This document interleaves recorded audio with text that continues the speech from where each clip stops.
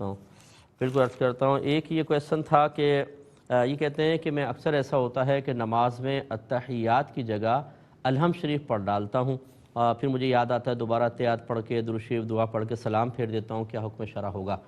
دیکھیں اچھی طرح یاد رکھیں، کسی نے التحیات کی جگہ قرآن پڑھ دیا یعنی سورہ فاتحہ جیسے آپ کہہ رہے ہیں، تو اس پہ سجدہ سہو لازم ہو جائے گا۔ تو لہٰذا اگر آپ نے ایسا کر لیا تھا تو آپ کو سجدہ سہو کرنا تھا، پھر التحیات پڑھ کر اور درود شریف اور دعا۔ اگر آپ نے ایسا نہیں کیا تو جتنی ایسے نمازیں آپ نے گزاری سب کے سب واجب العیادہ ہیں، آپ کو دوبارہ پڑھنی ہوں گی۔ بھائی نے پوچھا تھا یہ نائی کا کام حلال ہے کہ حرام؟ دیکھیں اس میں سارے افعال حرام نہیں ہوتے، ہاں جیسے اب داڑھی بڑھانا یہ واجب ہے، آپ اگر اس کو مونڈیں گے تو یہ ترک واجب ہوگا، اور ترک واجب گناہ ہوتا ہے، اور گناہ میں تعاون کرنا گناہ ہے، اور گناہ کی اجرت لینا بھی گناہ ہے، لہٰذا وہ آپ کے لیے کسب خبیث کہلائے گا، اس کو بغیر ثواب کی نیت کے آپ کو صدقہ کرنا ہوگا۔ باقی یہ کہ بال کاٹنا اور دیگر جو آپ نائیوں کے کام ہوتے ہیں وہ شرعاً جائز ہوتے ہیں، وہ حرام نہیں ہیں۔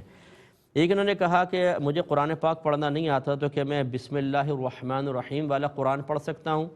دیکھیں اس قرآن کی کوئی شرعی حیثیت نہیں ہے، یہ عوام نے بنایا بسم اللہ کا قرآن، وہ تو بسم اللہ الرحمن الرحیم پڑھنے کا ثواب ملے گا، بسم اللہ کا قرآن کیا مطلب ہوتا ہے؟ تو اس لیے اس سے بہتر پھر آپ بسم اللہ ویسے پڑھ لیں، لیکن قرآن نہ کہیں اس کو پہلی بات، دوسرے اذکار الہیہ کر لیں، مطلب لا الہ الا اللہ، سبحان اللہ، لا حول ولا قوت الا باللہ وغیرہ، ان کا آپ ورد کر لیں، بہت بہتر ہے۔ اور قرآن سیکھیں آپ، یہ ہم مطلب اگر گورنمنٹ آف پاکستان اعلان کر دے کہ جو قرآن پڑھا ہوا ہوگا اس کو ہر مہینے 10,000 روپے ملیں گے،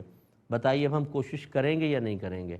تو بس مادی شے جب ساتھ لگی ہوئی نظر آتی ہے تو پوری تمام تر توانائیاں اس چیز کے حصول کے لیے ہم استعمال کرنا شروع کر دیتے ہیں، لیکن جب تک ایسا نہیں ہوتا تو امور آخرت کی اتنی فکر نہیں ہوتی، وہاں بے بسی، لاچاری، فوراً شکست قبول کرنا یہ ہمارے اکثر روٹین میں شامل ہوتا ہے، ایسا نہیں ہونا چاہیے۔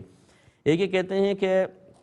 میں جب بھی فرض پڑھتی ہوں تو اس میں قل هو اللہ شریف پڑھتی ہوں تو مجھے شبہ پڑتا ہے صحیح پڑھی کہ نہیں پڑھی، تو بعض اوقات میں پوری نماز کو دوبارہ پڑھتی ہوں۔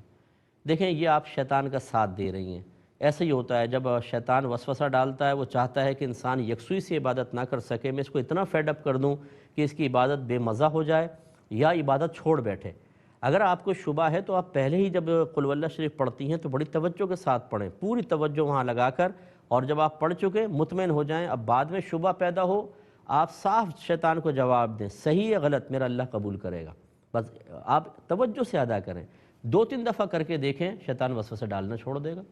ہم اس پہ سوچتے ہیں کہ ہاں پتہ نہیں صحیح ہوا کہ غلط ہوا، یا ہم پہلے ہی دنیا کے خیال میں مگن ہوتے ہیں، بے توجہی سے ادا کرتے ہیں، پھر شبہ میں پڑھتے ہیں صحیح ہوا تھا کہ نہیں۔ اس لیے میں نے آپ سے کہا پہلے توجہ رکھیں، اور جب آپ توجہ سے ادا کر چکے ہیں اب کسی شیطانی وسوسے کا خیال نہ کریں، اگر وہ کہتا بھی ہے تو آپ یہی جواب دیں میرا اللہ قبول کر لے گا، انشاءاللہ وہ بھاگ جائے گا۔ یہ کہتی ہیں کہ جب عورتوں کے یہ حیض ختم ہوتے ہیں تو کس ٹائم انہیں غسل کرنا چاہیے، جیسے فارغ ہوئی ہیں فوراً یا دن گزارنے کے بعد؟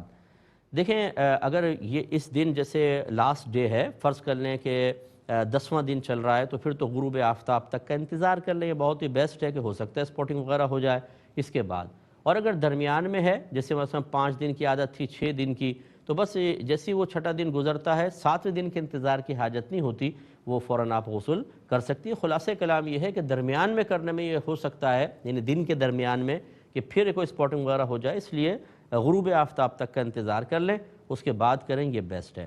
ایک انہوں نے کہا کہ میں اپنے سسرال والوں کے ساتھ ہی رہتی ہوں لیکن ہماری اکثر ناچاکیاں رہتی ہیں،